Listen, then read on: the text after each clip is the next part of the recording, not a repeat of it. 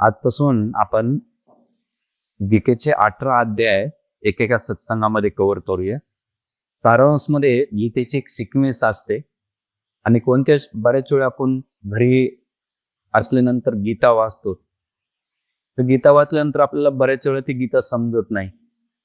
म्हणून आपण 18 सेशनमध्ये गीता कशी समजून घेतली पाहिजे आणि सारांशमध्ये आपण गीता त्याला कसं श्लोक असे दिलेले. तर तुम्ही सगळ्यांना प्रत्येकाने गीता आणली असेल, खूप नसेल तर इथं आहे, विकत घेऊ शकतात आणि तुम्ही ते हे करू शकता. जसं जसं तुम्ही श्लोकाच्या सोबत सिक्वेन्समध्ये गीतेला चालता कसं तसं तुम्हाला गीतेमधला इंटरेस्ट वाढेल. म्हणून आपण मागच्या 2 प्रवचनामध्ये गीतेचं इंट्रोडक्शन दिलं होतं आणि त्या इंट्रोडक्शनमध्ये भगवद्गीता किती महत्वाची आहे आपल्याला वाचण्यासाठी आणि ते वाचल्यानंतर आपल्या जीवनात भौतिक असो का आध्यात्मिक असो आपल्याला त्याचा फायदा होतो. म्हणून आपण गीतेचे काही श्लोक आहेत जे सिक्वेन्स मध्ये चालतात आणि काही श्लोकानंतर ब्रेकअप होऊन पुन्हा दुसरी सिक्वेन्स चालू होते, पुन्हा काही श्लोक होतात पुन्हा ब्रेकअप होत आहे. असे कमीत कमी आजचा तो अध्याय आहे तो 6-5 स्टेज मध्ये बघूया आणि प्रत्येक स्टेज मध्ये एक एक सिक्वेन्स आपल्याला करून मिळेल. तर भगवद्गीता ही सुरुवात कशी झालेली, महाभारताच्या भीष्म पर्वामध्ये दोन युद्ध ठरलं होतं. ते युद्ध ठरल्यानंतर हे कुरुक्षेत्राच्या रणभूमीवर सांगितले गेले आणि तेव्हाच वेदव्यासांच्या कृपेने त्यांचा शिष्य संजय हा धृतराष्ट्राच्या हस्तिनापूर सभेमध्ये सोबत बसलेला होता आणि बसल्यानंतर तिथून लाईव्ह दूरदर्शन त्या टायमात किंवा बघा ना, आता अमेरिकेत पुढं मॅच चालत असं ऑस्ट्रेलियामध्ये आपण इथे बसले बसले पाहतोच ना. आजची टेक्नॉलॉजी एवढी पॉवरफुल आहे की तुम्ही जगभरात कुठं काही जरी झालं तर तुम्हाला जरी बसल्या बसल्या ते पाहायला भेटत आहे. मोबाईलवर, इंटरनेटवर किंवा सॅटेलाइट सेंटरनं सुद्धा आपल्याला, सॅटेलाइट इमेजेसनं सुद्धा आपल्याला सगळं पाहायला भेटते. तसं त्या टायमाला एवढी टेक्नॉलॉजी होती की कुरुक्षेत्राच्या भूमीवर जी चालत होतं ते संधीने का जसंच तसं धृतराष्ट्राला वर्णन करायचं. तर धृतराष्ट्राला वर्णन काय करायचं, धृतराष्ट्र जन्मातच अंध असल्याबरोबर शरीरानं तर अंध होता पण बुद्धीना किंवा धार्मिक क्रियामध्ये सुद्धा तो अंध होता. कारण सगळ्यात महत्वाची गोष्ट त्याच्यामध्ये त्याची संसाराच्या प्रती किंवा राज्याच्या प्रती, मुलांच्या प्रती एवढी आसक्ती होती आणि त्या आसक्तीमुळे तो नेहमी स्वार्थी किंवा खूप कारस्थान रचण्यामध्ये सहभागी व्हायचा. आणि ह्या जेव्हा युद्धभूमीवर, कुठे युद्धभूमी, तर गीतेचा पहिला अध्याय काढा सगळ्यांना सांगला, पान नंबर 31 31.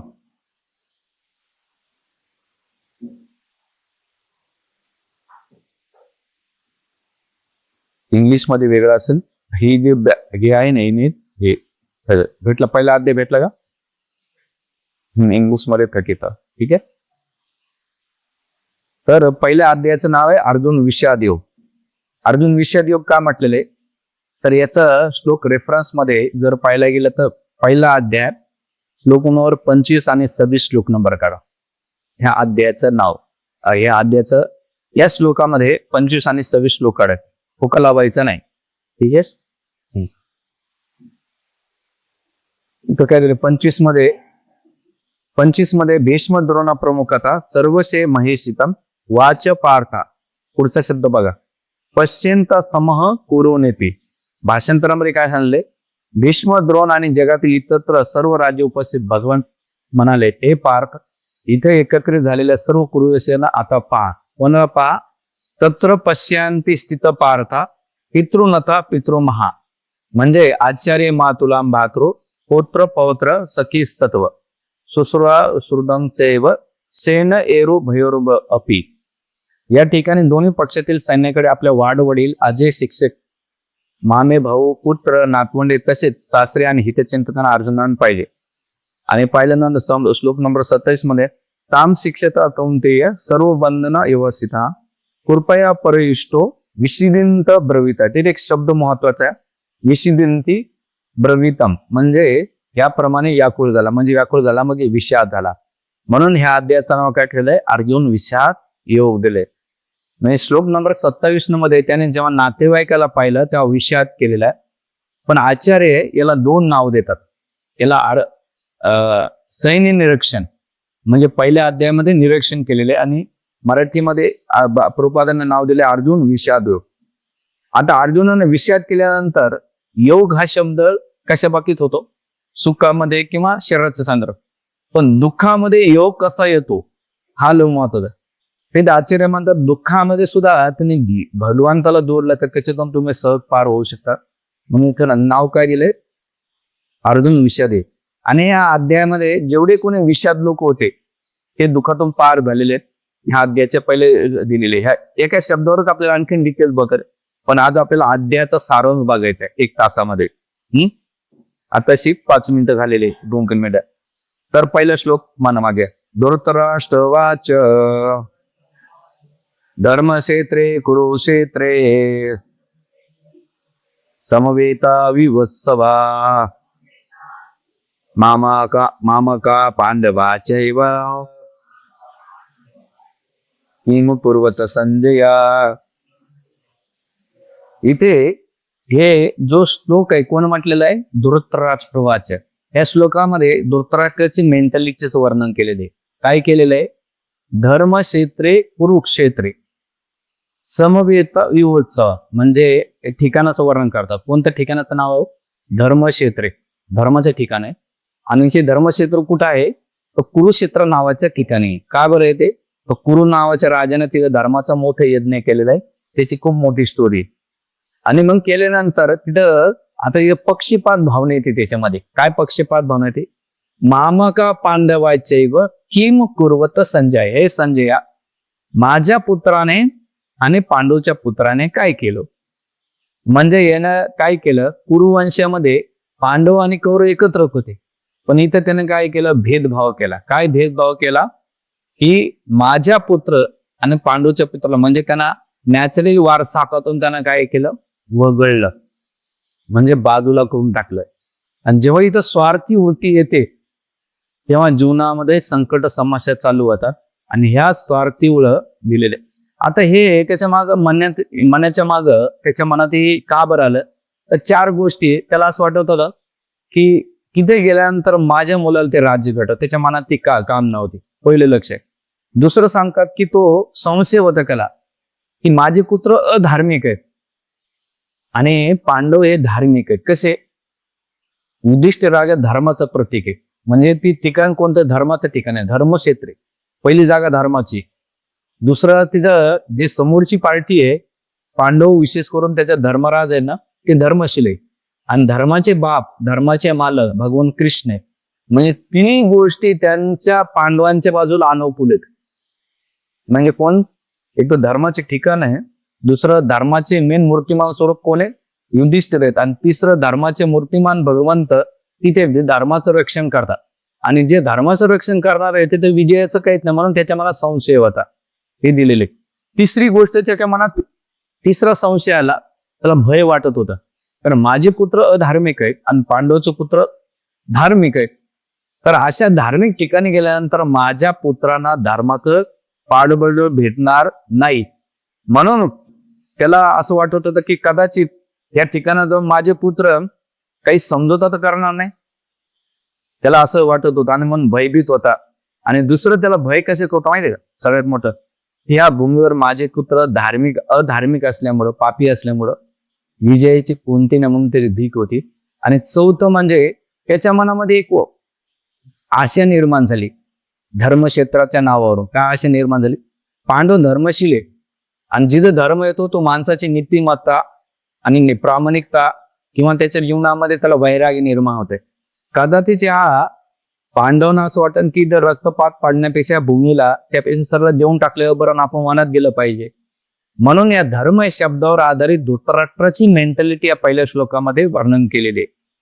आणि मग पहिला जो श्लोक आहे हा धृतराष्ट्राची प्रवृत्ती सांगते. आणि मग आता पुढचे 2 ते 11 श्लोक आहेत ना, आता पुढचे 2 ते 11 श्लोक आहे. त्या 2 श्लोकामध्ये दुर्योधन त्याच्या मनाला भय आणि कपट नीती आणि दुसरं म्हणजे कूटनीतीचा कसा उपयोग केला पाहिजे याचं वर्णन करतात. तर इथे सगळ्यात महत्वाचं जे 2 नंबरचा जो श्लोक आता इथे काढा, 2 नंबरचा श्लोक काढला. हा, संजय वाच दृष्टा कु पांडवानेकम एवढं दुर्योधनस्तदा आचारोपसंगम्यम राजा वचनम ब्रवीत. इथे धृतराष्ट्रानं प्रश्न केल्यानंतर संजय काय करतो, त्याचं उत्तर देतो. काय उत्तर देतो की हे राजन, म्हणजे काय म्हणतात, राजा म्हणतात आंधळ्याला, कोणाला, धृतराष्ट्र, की पांडव तुमचा पुत्र, आता ते वर्णन करत काय पुत्र बोलतो, तुमचा जो पुत्र आहे दुर्योधन, तो काय करतो, आचार्याकडे जातो, कोणाकडे, द्रोणाच्या, आणि बोलायला सुरुवात करतो.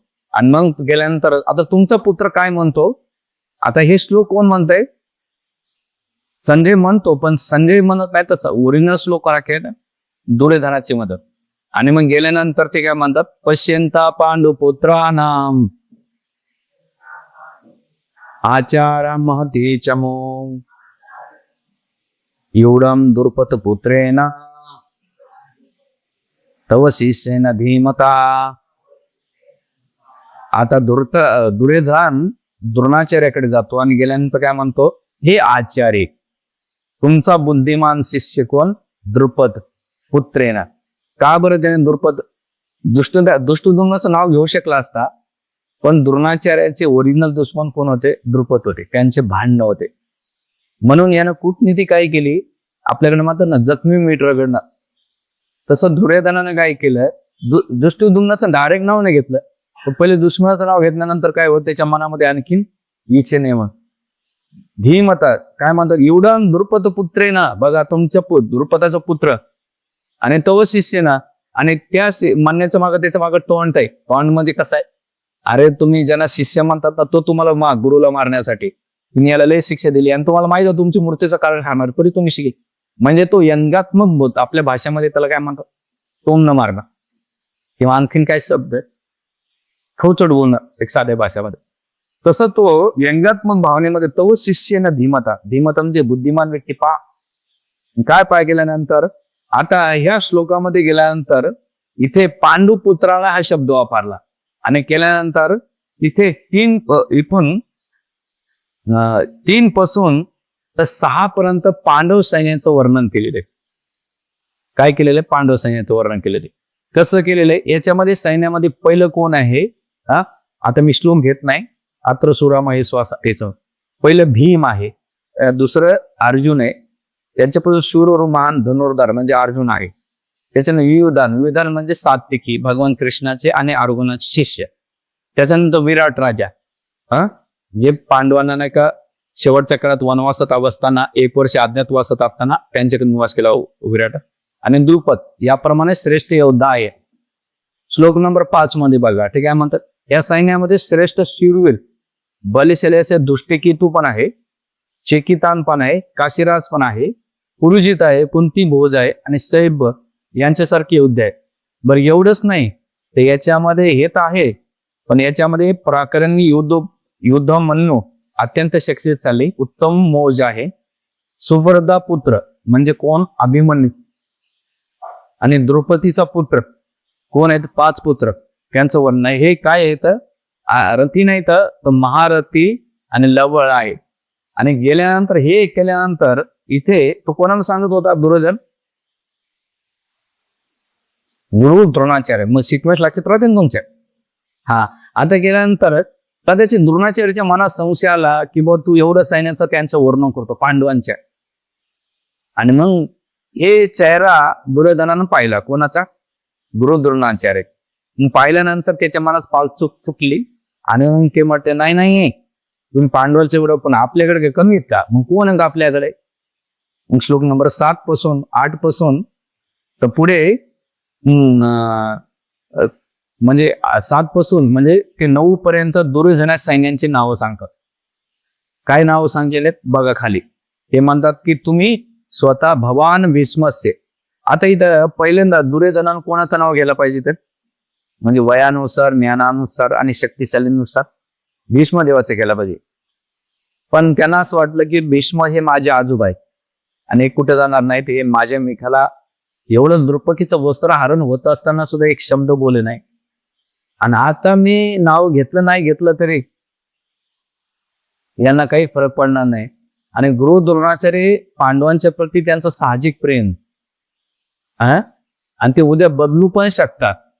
म्हणून त्याने कूटनीती करण्यासाठी काय झालं, भवान भीष्मस्य, तुम्ही भवान म्हणजे तुम्ही, म्हणजे त्याने पितामह भीष्माला सेकंडरी दिलं आणि गुरु द्रोणाचार्याला काय दिलं, प्रथम दिलं.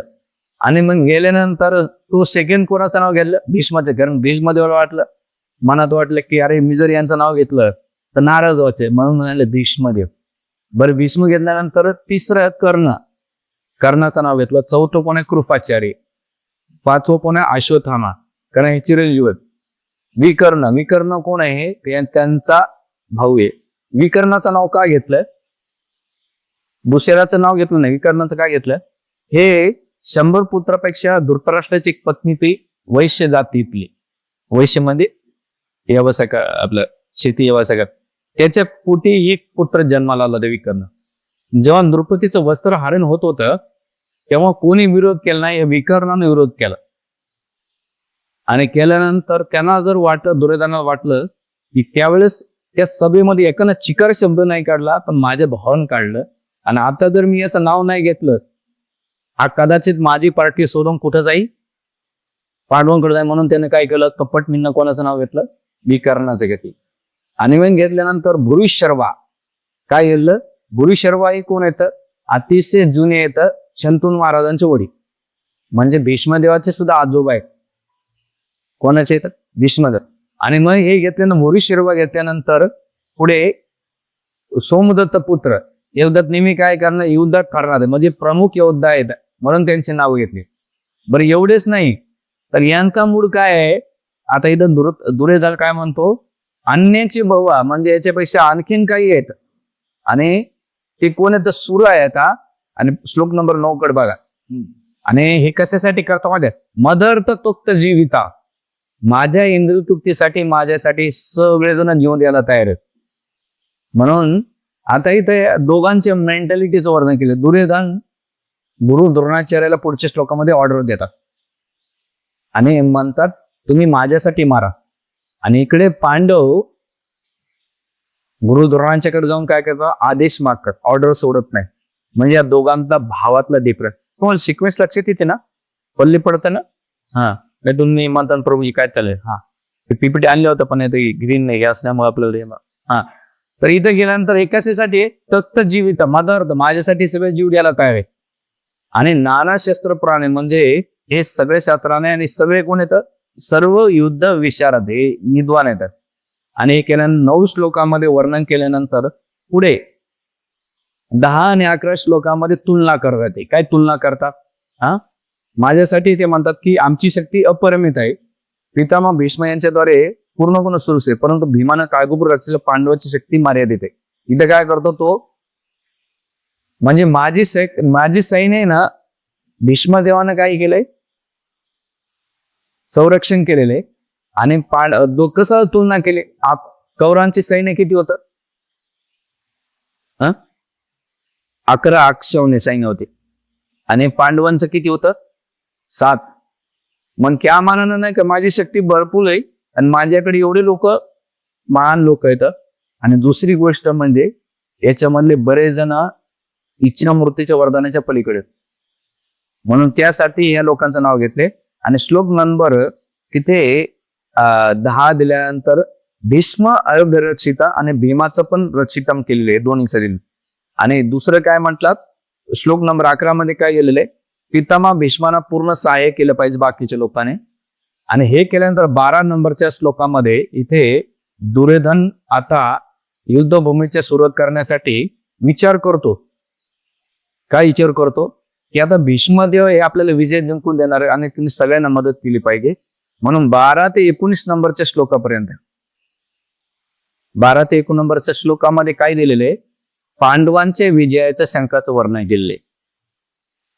इथे पांडवांच्या विजयाची शंका. तर म्हणून आता शंख वाजवताना इथे पहिला जो शंख वाजवला, कोण वाजवला, भीष्मदेवानं वाजवला. श्लोक नंबर 12 पादे पहा. कसं वाजवलेलं आहे ते म्हणतात की तस्यम संजय हर्षम पुरोवर्ध पितामह सिंहनाद विदस्य शंखोदम्न प्रतवान म्हणजे कुरुवंशातील वयोवृद्ध. आता 3 वृद्धांचं वर्णन इथे, वयोवृद्ध, ज्ञानवृद्ध आणि भक्तिवृद्ध, अनुभववृद्ध म्हटलं जातं.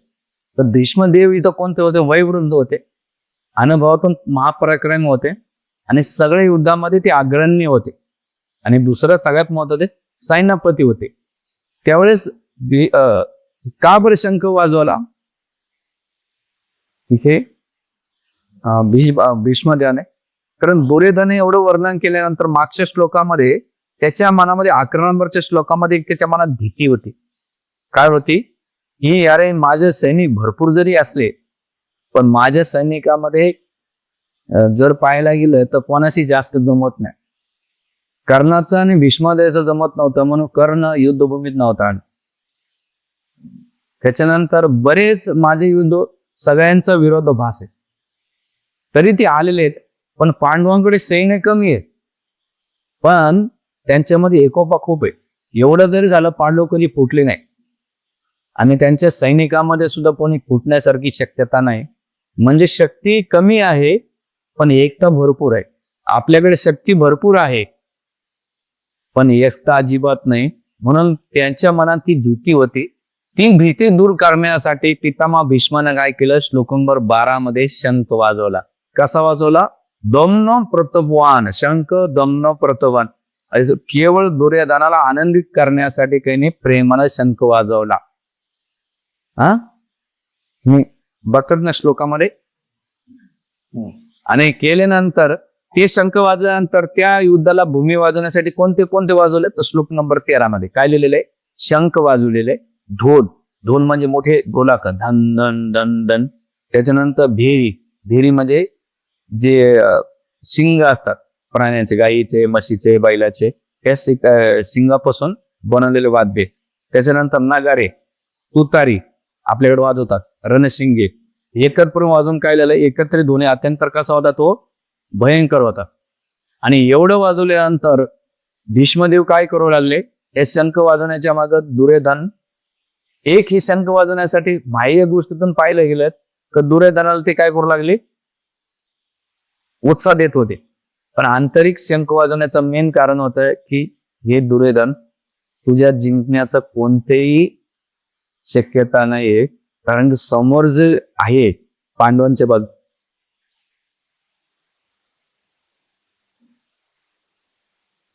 पांडवांच्या बाजूना साक्षात भगवंत आहेत. आणि ज्या ठिकाणी भगवंत असतात त्या ठिकाणी जिंकण्याची कोणतीही चाळस नाही. का बरं? तर हे मागे म्हणण्याचं श्लोक नंबर 14 मध्ये बघा, तिथे एक शब्द वापरलेला आहे. काय दिलेला आहे? माधव पांडवाचैव दिव्य शंख प्रद्युम्नो. म्हणजे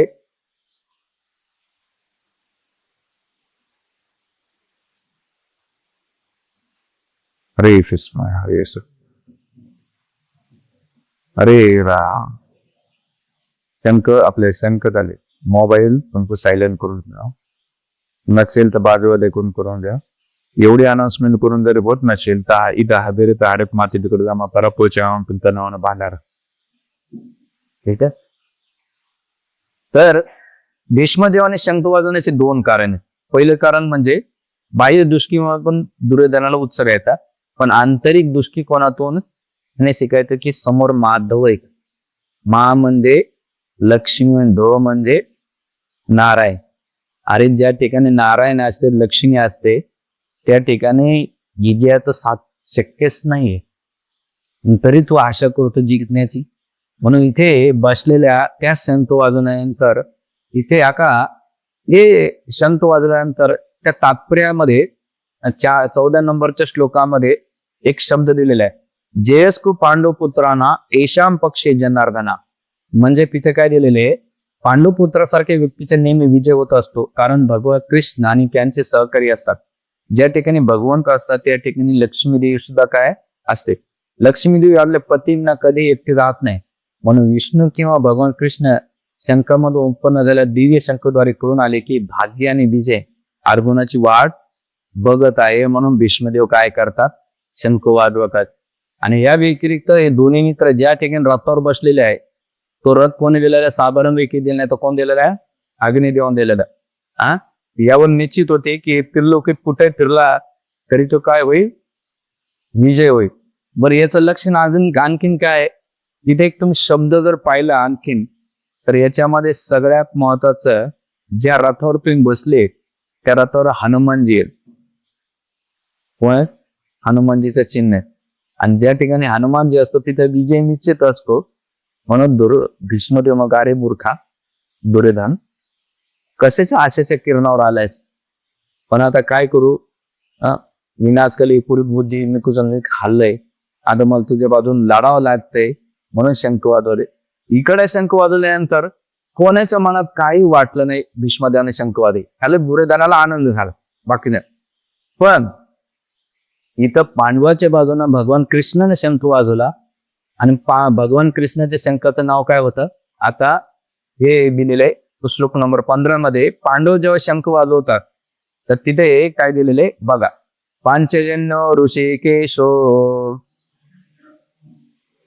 देवदत्त धनंजया पोंड्रो दम्मो महाशंको घेन कर्मा उक्रोदरा. तर इथे भगवान कृष्णाने पांचजन्य नावाचं काय वाजवला, शंख वाजवला. हा शंख याच्या पहिले कधी वाजवला गेला,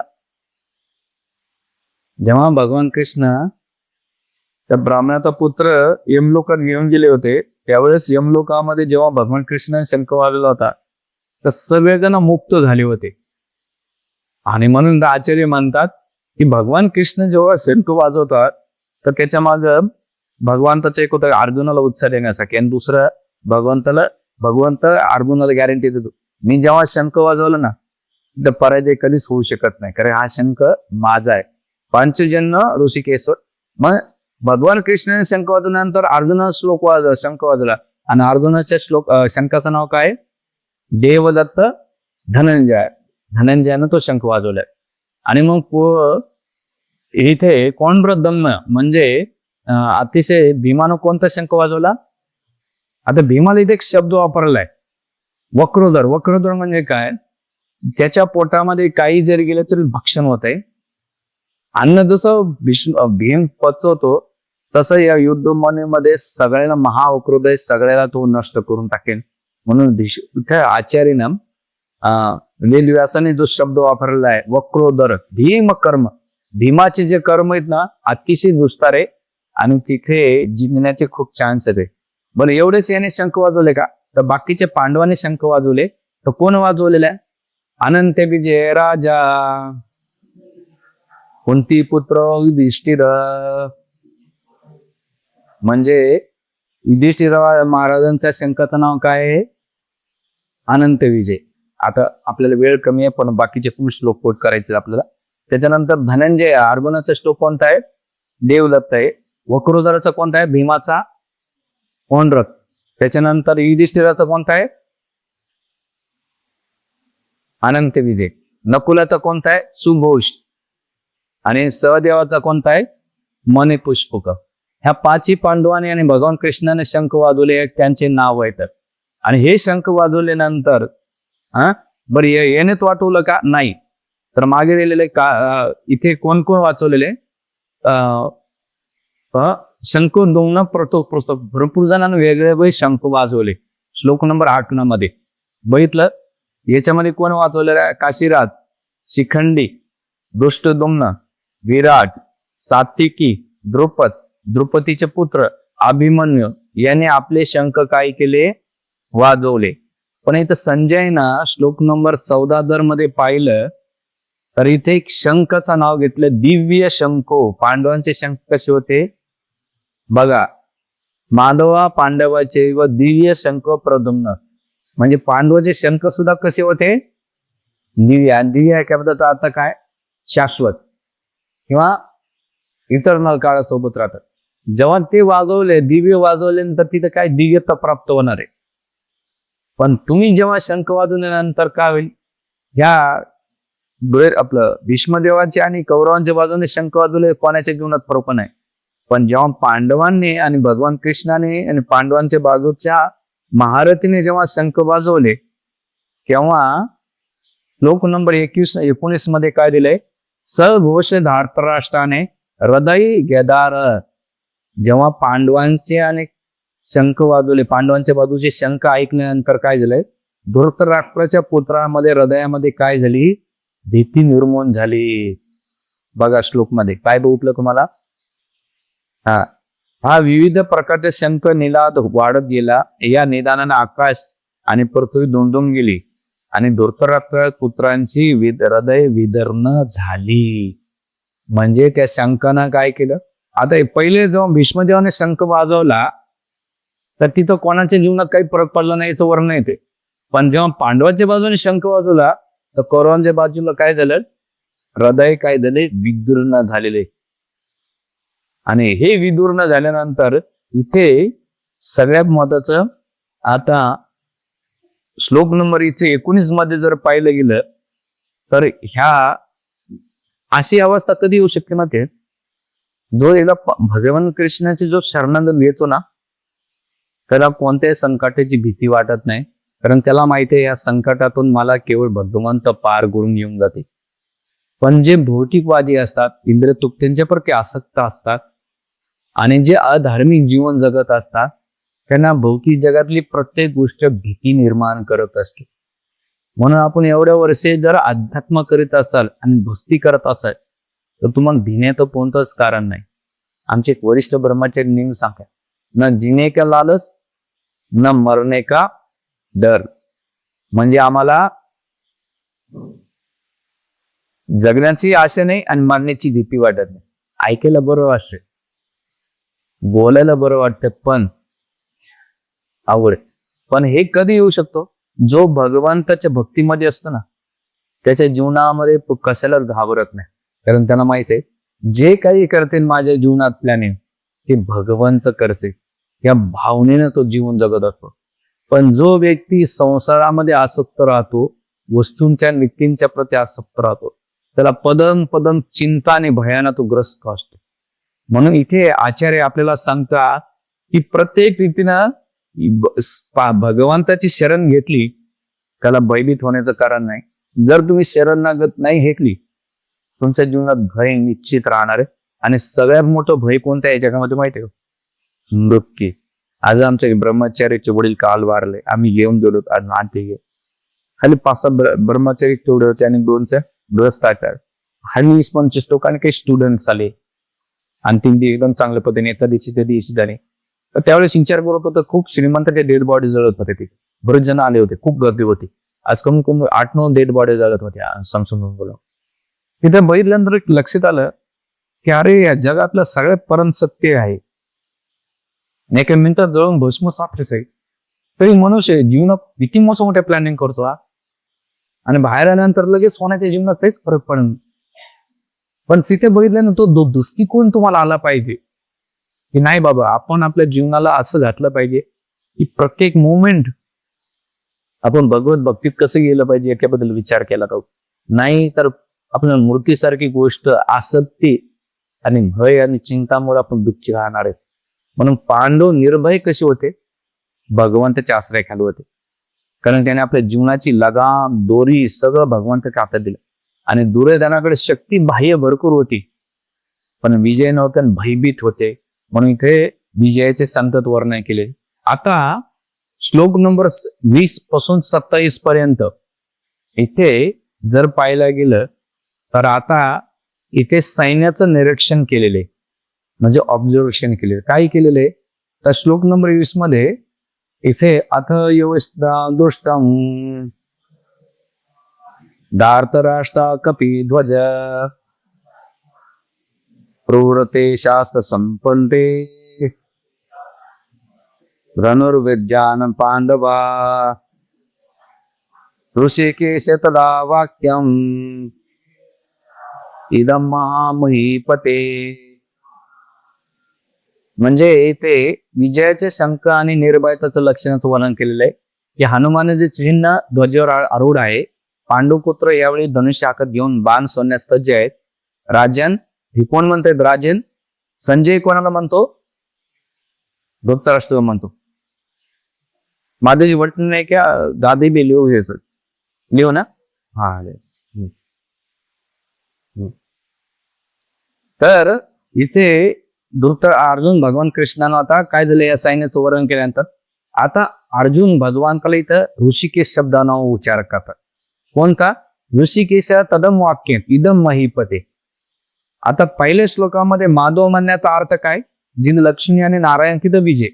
ऋषिकेश म्हणण्याचा अर्थ संजय इथे अर्जुन आता श्लोक म्हणतोच मनात यायचं तो म्हणतो की तुम्ही इंद्रियाचे स्वामी आहेत आणि माझे इंद्रिय आता विचलित झाले. दुसरं माझ्या जीवनाचे तुम्ही स्वामी आहेत. तुम्हाला कुठे घेऊन जातं कसं घेऊन जायचंय माझी बुद्धी भ्रष्ट झालेली. म्हणून ऋषिकेश शब्दाचा अर्थ काय की माझ्या इंद्रियांना आता तुम्ही सांभाळ. म्हणून इथे संजय किंवा अर्जुन काय होतो ऋषिकेश शब्दाने उच्चार केले. म्हणून एक एक शब्द जर आपण एक एक श्लोकावर जर बायला गेलो तर खूप छान डिटेल्स आहे. पण आपल्याला अध्यायाचं सारांश बघायचं म्हणून आपण डिटेल शॉर्ट मध्ये बघतो. तर हे केल्यानंतर आता अर्जुन श्लोक म्हणतो काय म्हणतो इथे सैन्य वेरो भैरो मध्ये रतन स्थापते अच्युत. इथे दुसरं अर्जुन नाही का भगवान कृष्णाला एक शब्द वापरता अच्युत. अच्युत म्हणजे भगवान का तुमचं कधी जीवनात पतन होत नाही आणि जो तुमची भक्ती करतो जो तुम्हाला शरणागत होतो तो सुद्धा अच्युत होऊ शकत नाही च्युत होऊ शकत नाही. तो सुद्धा काय राहील अच्युत राहतो किंवा परमानंद राहतो शाश्वत राहतो म्हणून अच्युत गेलेले. आणि हे केल्यानंतर तिथे तो काय करतो निरीक्षण योद्ध कामा यवसितम 21 नंबरच्या श्लोकामध्ये यावत त्यांनी निरीक्षण योद्ध कामा यवसित. व युद्धाच्या इच्छेने कोण कोण आलंय ते मला पाहू द्या आणि मग गेल्यानंतर तुम्ही काय करा दोन्हींच्या मदत घेऊन जा. आणि घेऊन गेल्यानंतर तिथे आता श्लोक नंबर 21 पासून 23 पर्यंत काय केलेले इथे दोन्हीच्या याच्यामध्ये घेऊन गेल्यानंतर लोकांनंतर अर्जुन जेव्हा पाहतो काय पाहतो धारतराष्ट्र दुर्बुद्धे प्रिय चक्रसे दिलेले. म्हणजे काय दिलेले की एवढे जे दुर्बुद्धी पुत्र धृतराष्ट्र दुर्बुद्धी पुत्र आनंदी करण्याच्या इच्छेने इथे लढण्यास आलेले मला पाहू द्या. म्हणजे इथं कोण्या शब्दाने दिलेले दुर्बुद्धी. माझी बुद्धी तर खूप चांगली आहे. मी आतापर्यंत 5 पांडवांना काय काय मागितलं होतं गाव मागितले होते पण याने दिली नाही. पण या दुर्बुद्धीनं 5 गाव सुद्धा दिली नाही. तो काय म्हटला सुईच्या जागेवर एवढी जागा भेटत तेवढी मी सुद्धा देऊ शकत नाही. एवढा त्याला अहंकार होता अभिमान होता सगळं त्याला राज्य करायचे. म्हणून त्या अर्जुन काय म्हणतो दुर्बुद्ध धार्तराष्ट्र दुर्बुद्धे. म्हणजे कौरव तो कौरव माझे भाऊ एक चुलत भाऊ तिथून अतिशय नालायक आहे पण त्यांचा बाप सुद्धा नालायक आहे म्हणून धार्तराष्ट्र शब्द उच्चारलेला आहे. आणि दिल्यानंतर इथे संजय म्हणाला आता पुढच्या श्लोक नंबर 24 मध्ये काय गेलेलं आहे एवमुख ऋषिकेशो गुडाकेशन भारका सैनरेरु भयोर मध्ये उत्तमम. तर इथं संजय म्हणतो अर्जुनानं श्लोक म्हटलेला आहे. हा श्लोक कोणा म्हटलेला आहे संजय म्हटलेला आहे पण ओरिजिनल श्लोक कोणा म्हटलेला आहे अर्जुननं म्हटलाय. आता संजय कोणाला सांगतो दुसरा आणि हा श्लोक अर्जुन म्हटलेला आहे. अर्जुन श्लोक म्हटल्यानंतर काय म्हणते हे ऋषिकेश आणि बुडाकेशन भारता. आता संजय म्हणाले भरत वंशीचा या प्रकारे अर्जुनानं म्हटल्यावर भगवान कृष्णाने दोन्ही सैन्याच्या मध्ये घेऊन गेलेले. म्हणजे इथं अर्जुनाला काही दिलेलं गुडाकेश शब्द वापरलेला आहे आणि भगवान कृष्णाला कोणता शब्द वापरलेला आहे ऋषिकेश. म्हणजे इंद्रियाचे स्वामी आहेत. आता तुम्ही माझ्या रथाला माझ्या जीवनाला माझ्या इंद्रियाला तुम्ही काय करा घेऊन जा. आणि गुडाकेश म्हणण्याचं मागं काय गुड म्हणजे निद्रा झोप आणि केश म्हणजे ईश्वर. ज्याने अर्जुनाने झोपीवर नियंत्रण केलेले इंद्रियावर नियंत्रण केलेले असे गुडाकेश म्हटलेले. आणि सगळ्यात महत्वाचं अज्ञानावर त्याने नाही का विजय प्राप्त केलेला म्हणून इथे संजय त्यांना स्पेसिफिक अर्जुनाला शब्द वापरता कोणता गुडाकेशेना. याने झोपीवर कंट्रोल केलंय इंद्रियावर कंट्रोल केलंय आणि दुसरं म्हणजे आज्ञावर कंट्रोल केलंय. तात्पर्यामध्ये तुम्ही बघता तर खूप छान दिलेले या श्लोकात अर्जुनाला गुडाकेश म्हणून संबोधण्यात आलंय. गुडका म्हणजे निद्रा, आणि निद्रे विजय प्राप्त करण्याला गुडाकेश म्हटले जाते. हा, आपल्या आहे का कोणी निद्रेवर कंट्रोल करणार? हा हा नाही, माताची नींद नाही आली बरे येत बोकून, मग येत नाही बरेच जणाला. का बरे येत नाही? तर बरेच जणाला जर पाहायला गेलं चिंतामुळे झोप लागत नाही. पण इथे अर्जुनाला चिंता नव्हती, त्यांना जीवनात काहीतरी अचिव्हमेंट करायची की मग झोप लागत नव्हती. तर इथे गुडाकेश दिल्यानंतर रथो गेलेले, आणि गेल्यानंतर आता 25 नंबरचा श्लोक बघा काय दिलेले इथे. आता 25 ते 24 आणि 25 मध्ये ऋषिकेश आणि गुडाकेशचं वर्णन केलेले. आणि गेल्यानंतर भीष्म द्रोण प्रमुखता सर्वश महिषिता वाच पार्थ. आता अर्जुन म्हणाला पार्थ, पश्यंत सम करून की का मला पाहू द्या डोळ्यानं. आणि दिल्यानंतर या श्लोकावरून या अध्यायाचं नाव काय ठेवलं? अर्जुन ईशाद योग किंवा अर्जुन निरीक्षण योग म्हटलेले. आणि गेल्यानंतर आता कोणाकोणाला बघतात ते, आता गेल्यानंतर श्लोक नंबर 26 पासून तर श्लोक नंबर 27 पर्यंत आपल्या नातेवाईकांना पाहतात. कोणाकोणाला पाहतात? पितृ. पितृ म्हणजे पिता, म्हणजे त्याच्यामध्ये कोण आहे? भूरिश्रवा. त्याच्यानंतर पितामहा, पितामध्ये भीष्मदेव आणि सोमदत्त. त्याच्यानं आचार्य, आचार्यामध्ये कोण? मुरु, द्रोणाचार्य आणि कृपाचार्य. मातुला, मातुला म्हणजे कोण? मामा, शल्य आणि शकुन मामामध्ये येतं. भातृन, भातृन म्हणजे भाऊ, याच्यामध्ये दुर्योधन, विकर्ण आणि अन्य भाऊ म्हणजे कौरव पांडव हे सगळे भाव यांच्याबद्दल. त्याच्यानं पुत्रा, पुत्रा म्हणजे द्रौपदीचे 5 पुत्र. त्याच्यानंतर कोण? अभिमन्यू आणि लक्ष्मीपुत्र म्हणजे अर्जुनाचे सुद्धा आपलं दुर्योधनाचे पुत्र. त्याच्या पुत्राचं नाव काय होतं? लक्ष्मण. त्यांचं पण नाव लक्ष्मण होतं, आणि त्या पत्नीचं नाव लक्ष्मणा होतं, म्हणून मुलांचं नाव पण लक्ष्मण ठेवलं असं. तर लक्ष्मण कुमार आणि अन्य म्हणजे त्याच्या पत्नीचं नाव लक्ष्मणा होतं, आणि त्यांचे पुत्र दिले नाही. तर याच्या पुढे पौत्रान, पौत्रान म्हणजे पांडवांच्या जे द्रौपदीच्या 5 पुत्रांचे पण मुलं होते, आणि ते दुर्योधनाचे सुद्धा नातू होते. म्हणजे पांडवांचे नातू होते, पुत्र होते, नातू पण होते, आणि कौरवांचे पण नातू होते. म्हणून इथं काय दिलंय? पौत्रान म्हणजे सखिंग. सखिंग म्हणजे मित्र. मित्रामध्ये कोण येते? अश्वत्थामा आणि अन्य दिलेले. त्याच्यानंतर ससुरा, ससुरा म्हणजे सासूर, सासरे. सासऱ्यामध्ये कोण आहे? द्रुपद येते, आणि त्यांच्या बाजूला पण सगळे सासरे मंडळी येते, काही युद्धभूमीमध्ये सगळ्यांनी बाजूने घेतलेले. आणि श्रुदाम, श्रुदाम म्हणजे हितचिंतक किंवा मित्र. हा श्लोक नंबर दिलेले. दिल्यानंतर याच्यामध्ये कोण येतं? शुभचिंतक मध्ये कृतवर्मा.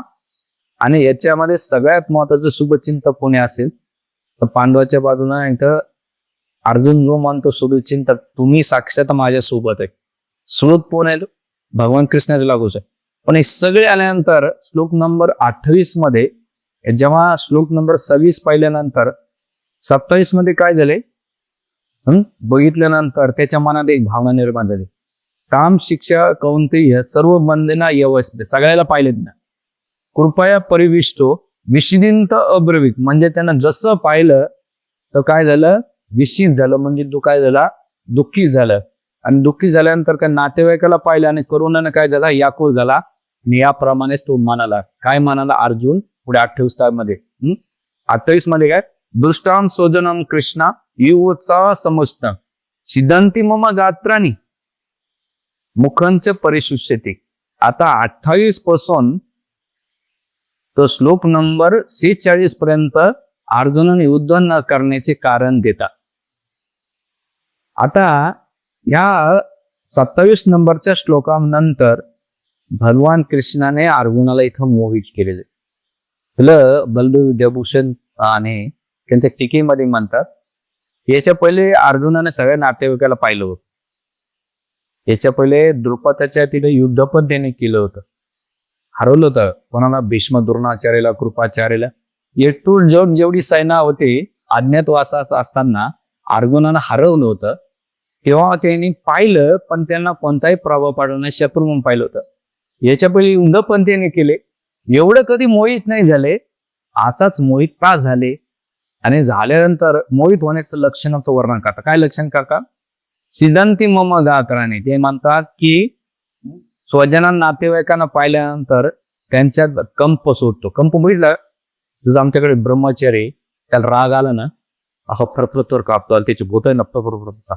हे बोलत काहीच नाही, पण कोण जर आले चिडलेला आहे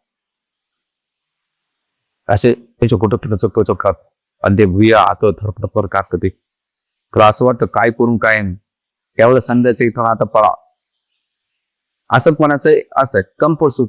काही काही लोक भांडण करतात ना, त्यांना भांडण देत तर ते थरकापतात.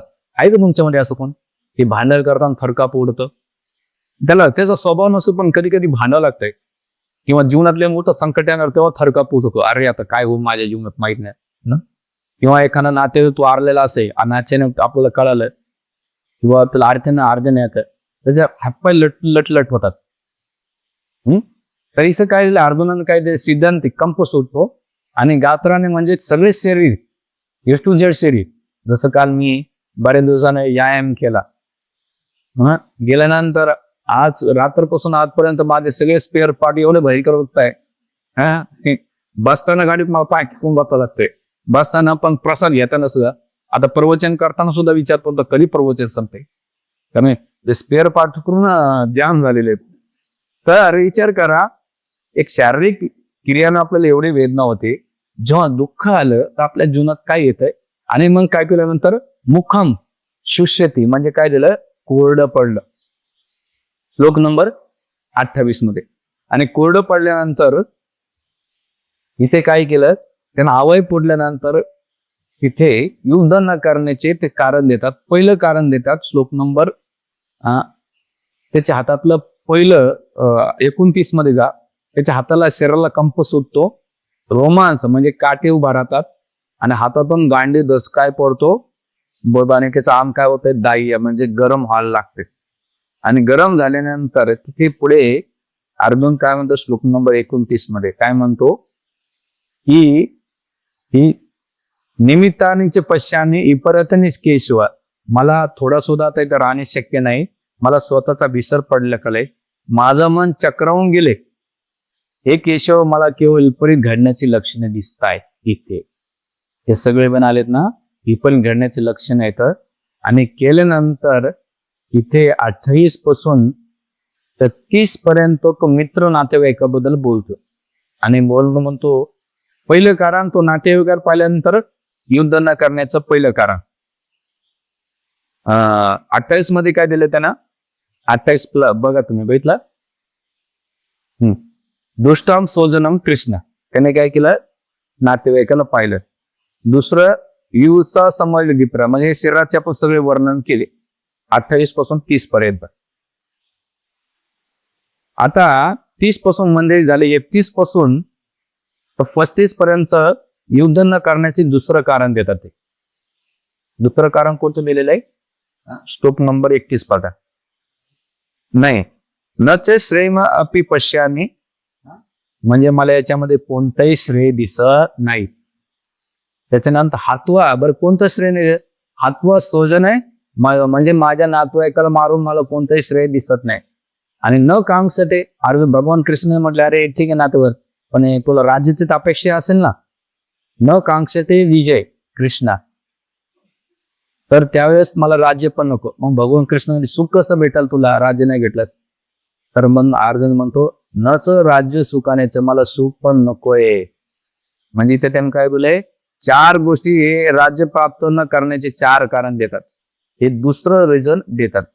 आणि हे दिल्यानंतर मला का बरं इथे ही अवस्था निर्माण झाली अर्जुनाची जीवनात, तर सगळ्यात महत्वाचं हे होण्याचं मागचं कारण म्हणजे अर्जुनाला शरीराच्या संबंधी आसक्ती, नातेवाईकांच्या परिवाराच्या प्रती जे आसक्ती असल्यामुळं, त्या आसक्तीमुळं देह संबंधामुळं तो काय करला, चिंता करू लागला.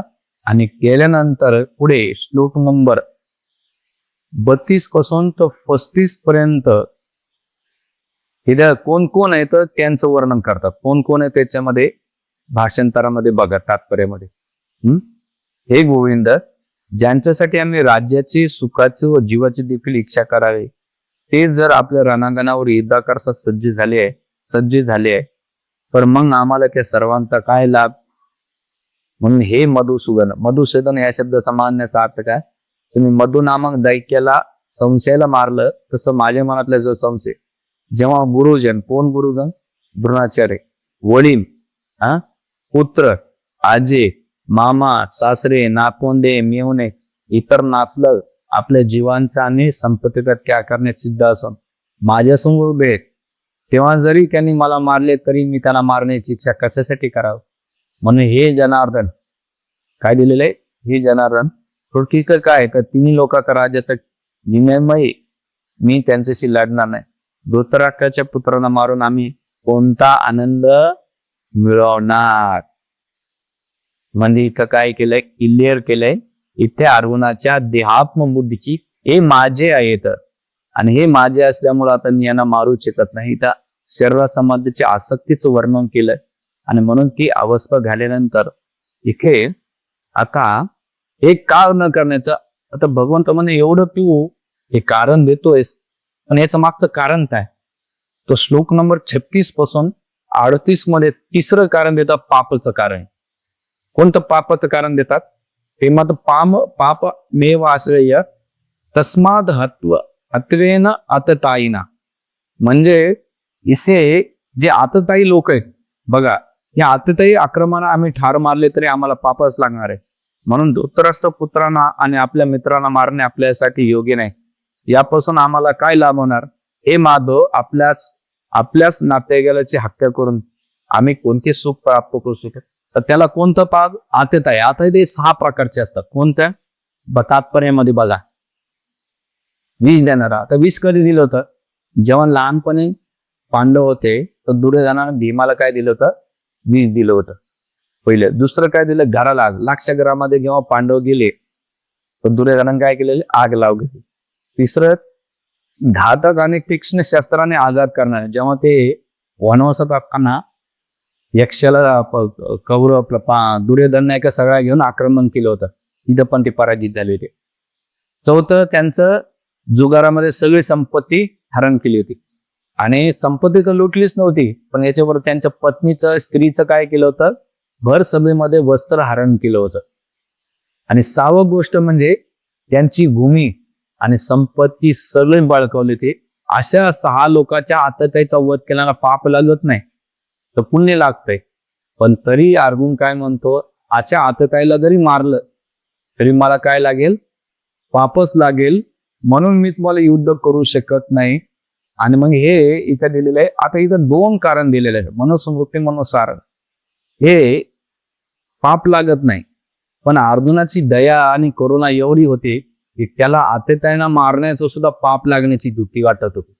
म्हणजे दुर्योधनाची धर्मनीती किती उच्च स्तरावर होती हे या श्लोकातून मेन्शन केले जाते. आणि केल्यानंतर बरं एवढंच पाप नाही तर इथे सगळ्यात महत्वाचं, इथे अर्जुन नाही का भगवान कृष्णाला एक शब्द उच्चारण करतात. कोणता? माधव. बघितलं तुम्ही शेवटचं साम्य माधव. माधव म्हणण्याचा अर्थ काय इथं? काय की तुम्ही वैभव लक्ष्मीचे पती आहेत. आणि अर्जुन म्हणतो की तुम्ही युद्धासाठी तुम्ही सोबत असल्यानंतर मला विजय असा भेटू शकतो, पण तुम्ही युद्धासाठी मला काय एवढं उस्कपात? आणि दुसरं दुर्भाग्य, आणि दुसरं युद्ध करण्यामध्ये दुर्भाग्य, आणि पण तुम्ही सोबत असताना सौभाग्य आहे. एवढं सौभाग्यशाली तुम्ही असताना, लक्ष्मी आणि तुमच्या सोबत असताना एवढं सौभाग्य असताना मला असं दुर्भाग्य आणि दुर्दैवली काम कशाला करायला अवसात? म्हणून अर्जुन काय म्हणतो? माधव. लक्षात येते तुमच्या? येते ना? हा, माधव हे शब्द वापरलाय. आणि केल्यानंतर धर्मशास्त्रामध्ये ते म्हणतात की जेव्हा अर्थशास्त्र किंवा धर्मशास्त्रामध्ये म्हणतात, जेव्हा कोणी तुमच्यावर आक्रमण करीत असेल आणि तुमच्या स्वतःचं रक्षण करायचं असेल तर तुम्ही एखाद्याला समोरला मारलं तर चालतं, त्याला पाप लागत नाही, तर काय लागतंय? पुण्य लागतं. पण जेव्हा तुम्ही स्वतःहून दुसऱ्याला मारता तर पाप लागू शकते. पण तुमच्या स्वरक्षणासाठी जेव्हा कोणी तुमच्यावर आक्रमण करीत असेल तर तुम्ही त्याच्यात पाप लागत नाही तर पुण्य लागतेच. महाभारतामध्ये सांगितलेले एक श्रीमंत झर आहे आणि त्याच्या बाजूला गरीब एक झोपडी राहते आणि त्याला खायला भेटत नसेल आणि खूप दुष्काळ पडणं कोणी काही देत नसेल तर त्या गरीबाने श्रीमंत घरातल्या चोरी केली ना तर चोरीचं पाप लागत ना तर उलट पुण्य लागते आणि ज्याच्याकडे आहे त्याला सगळ्यात जास्त पाप लागते. त्याला म्हटलं आपत्काल धर्मामध्ये जेव्हा तुम्ही चोरी करता म्हणजे समजा तुम्ही एखाद्याच्या घरी गेले भूक लागली माताची प्रभूची घरी नसेल चिवडा खाल्ला बुवा त्या घरातला फ्रीज उघडून मग काहीतरी खाल्लं अशा टायमाला जर तुम्ही ऑल टायमाला गे आणि न मानता खाल्लं तर ते थोडस काहीतरी होऊ शकेल. पण तुम्हाला खूप भूक लागल्यानंतर ते पोट भरायचं होतं न विचारता जरी खाल्लं आणि तुम्ही तृप्त झाला तर त्याचं पुण्य नाही का समोरच्या एक मला आपोआप भेटते. हे धर्मशास्त्राने चोरी केली तरी पुण्य लागतंय. कधी आपत्काल धर भूक लागल्यानंतर एखादं तर अन्न प्रसाद मातांची प्रभू काय असो तुमच्या घरातलं तुम्हाला न विचारता मी खाल्लं हे काही म्हणणार नाही पण आपल्याकडे सिस्टम असतं ना भाऊ विचारून खाल्लं पाहिजे. तर धर्मशास्त्रामध्ये तुम्हाला त्या यजमानाला श्रद्धे यज्ञाचं फळ भेटतं कारण ती यज्ञाची अग्नी पेटल्यानंतर त्या यजमानाच्या प्रसादानं ती शांत चालते असं इथे या श्लोकात दिलेलं आहे. आणि मग दिल्यानंतर आता श्लोक नंबर इथे जर पाहिलं 37 आणि 38 मध्ये इथे अर्जुनाच्या जीवनामध्ये लालसाची किंवा कोणताही दोष दिसत नाही तर त्याच्या मनामध्ये सगळ्यात मोठं पाप काय असते माहिती का? हा तर श्लोक नंबर 37 आणि 38 मध्ये बघा हे जनार्दन लोभाने प्रवृत्त झालेल्या लोकांना जरी आपल्या कुटुंबाच्या हत्या करण्यामध्ये आणि आपले मित्राचे भांडण करण्यामध्ये दोष दिसत नसला तरी सुद्धा कुटुंबाच्या नाशामुळे होणाऱ्या अपराधाची जाण असताना आम्ही अशा पापकृत्यामध्ये सहभागी का व्हावं. म्हणजे इथं काय दिले त्यांनी लोभानं पण नाहीये ईर्ष्यानं पण नाहीये आणि कोणत्याही नाही आम्हाला कोणतीही इच्छा आकांक्षा नाही कारण आमच्यामध्ये ईर्ष्या नाही लोभ नाही म्हणून तर करायचा विषयच नाही. मग या गोष्टी नसल्यानंतर पाप करत्याला कशाला आम्हाला पाठवतात. इथे एक शब्द वापरता माहितीये का कुलक्षय पृत दोषम मित्र दोष पातका म्हणजे कुलाचा नाशाने मित्र दोष होताच ते पाप लागतंय मोठं. पण कशामुळे वाटतंय म्हणजे हे पाप तुमच्यामध्ये ईर्ष्या आणि लोभ असेल तर लोभ असेल आणि पाप आपलं सॉरी लोभ आणि ईर्ष्या असेल तर त्याचं पाप लागू शकतं.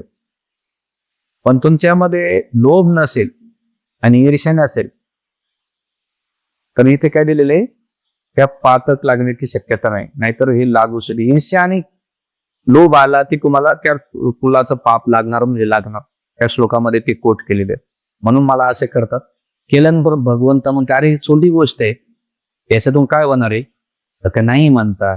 श्लोक नंबर 37 आणि 38 मध्ये बघा 39 पासून तर 41 पर्यंत त्यांना सगळ्यात मोठं पातक करत आहे. कोणतं पातक आहे कुलक्षय प्रमेशन की कुल धर्म सनातन धर्म नष्टे कुल पुस्तक धर्म अभवितन कुळाच्या नाशामुळं शाश्वत वंश परंपरा नसो. भगवंताच्या मनात प्रश्न होता आणि अर्जुन त्याला काय उत्तर देते भगवंत काही बोलत नाही. बलदेव विद्याभूषण इथे काय करतात अर्जुनाच्या मनातला भाव जाणतात आपल्या कृष्णाच्या मनातला भाव जाणतात आणि अर्जुन त्या मनातला भाव जाणून नाही का ते उत्तर देतात काय देतात कुलक्षय नाश होईल. कशामुळे तुम्ही एवढ्या योद्धांना मारतान त्यांचे पती मारले जाते आणि पुढे त्यांची वंश परंपरा ती काय होईल खंडित होईल आणि वंश परंपरा खंडित झाल्यानंतर काय होईल उर्वरित जे कुटुंब ज्या स्त्री आहेत त्या अधर्माला जात आहे आणि जेव्हा अधर्माला होत्या तर श्लोक नंबर 40 मध्ये अधर्माच्या स्त्रीचं काय वर्णन केलेले हे कृष्ण कुळामध्ये जेव्हा अधर्म प्राबल्य होतो तेव्हा कुळातील स्त्रिया दूषित होतात कारण की भाईचे लोक त्यांचा भोग करतात आणि जेव्हा ते भोग करतील त्याच्यातून काय होईल अवांछित श्रीश्री दृष्टीची वासने जायते वर्ण संस्कार म्हणजे असे दुराचारी मुलं जन्माला येते आणखी वर्ण संस्कार जन्माला येते. म्हणून कुळ धर्मातल्या स्त्रियाशी जेव्हा संग करून पुत्रांना जन्म देतात ती वंश परंपरा कायम टिकते आणि ती वंश परंपरा काय करते आपल्या पूर्वजांचा उद्धार करते आणि आपल्या पित्रांचा पूर्वजांचा उद्धार करते आणि मोठ्या मोठ्या पातकातून नष्ट करते. पण जे वर्ण संस्कारातून जन्माला येते ते काय केलं कुल परंपरा नष्ट करते त्याच्यात पित्र घालणार आणि श्लोक ते अर्जुनाच्या मनात भीती होती असे वर्ण संस्कार जन्माला आले आणि पुढे या परंपरा ते काही पालन करणार नाही श्लोक नंबर 41 मध्ये म्हणतात, संकरो नरक एव कुलगणना कुलसच पतंती पित्रो वेशा लुप्त पिंड दोप क्रिया. इथे काय दिलेले, अनावश्यक संपत्तीच्या वाढीमुळे कुळासाठी तसेच कुल परंपरा नष्ट करणाऱ्यासाठी निश्चित नरकमय परिस्थिती निर्माण होते. म्हणजे इथे पण त्यांची परिस्थिती नारकी अवस्था होते आणि मेल्यानंतर सुद्धा काय होती, नरकात जाते. म्हणून काय, कशामुळे नरकात जाते, तर कुळातील पूर्वजांचं पतन होतंय, कारण त्यांना अन्न व पिंडदान देणाऱ्या जल अर्पण करण्याची क्रिया पूर्णपणे आणते. तर ही पिंडदान करायला कोणी नसणारच आहे, आणि पिंडदान नाही केलं तर मग ते सगळे पित्र काय होते, नरकात. म्हणून आजकाल ग्रस्ताचा धर्म काय, मुलांना जन्म कशासाठी देतात, भोगासाठी नाही देत. आपला वंशाचा दिवा लावावं आणि त्यांनी पिंडदान करावं. त्या पिंडदानातून माझा उद्धार करा आणि माझ्या पूर्वजांचा उद्धार करा, त्यासाठी मुलांना जन्म दिला पाहिजे. आणि ते यज्ञ म्हटलं जातो त्या मुलांचं हे करणं.